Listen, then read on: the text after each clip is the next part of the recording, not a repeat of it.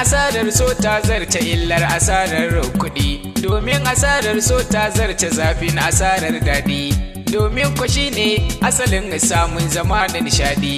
Dan babu shakka domin shi ne duniya ta san zaman lafiya mai daɗi.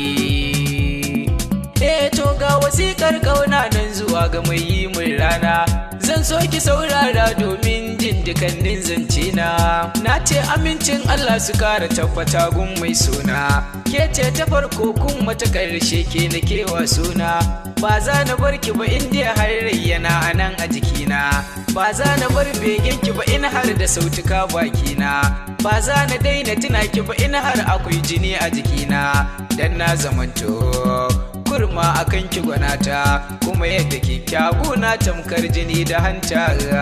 Dan in kina bu a maza nake ganin duk yan mata, wannan wasikar ni ke nayi wa autar mata. Sai na da amsa daga gunkini da ke mun cancanta,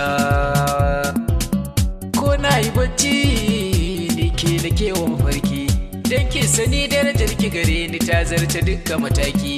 Ko rundunar su ta ce ta so ta tabaki, to zan fusa ta gare ta na kai farmaki. Ai min zan jure kada ke a tabaki, domin akan ki na shirya fada da sadauki. Tabbas ne zan iya fansar wahalar ki, ina son ki so wanda bai faɗo ai iya fatar baki. Kalaman ki su suka jani nake ra'ayin ki yan mata, ga haƙuri ladabi kunya na baki musata, sannan kina ƙaunar manzon mu shugaba dangata.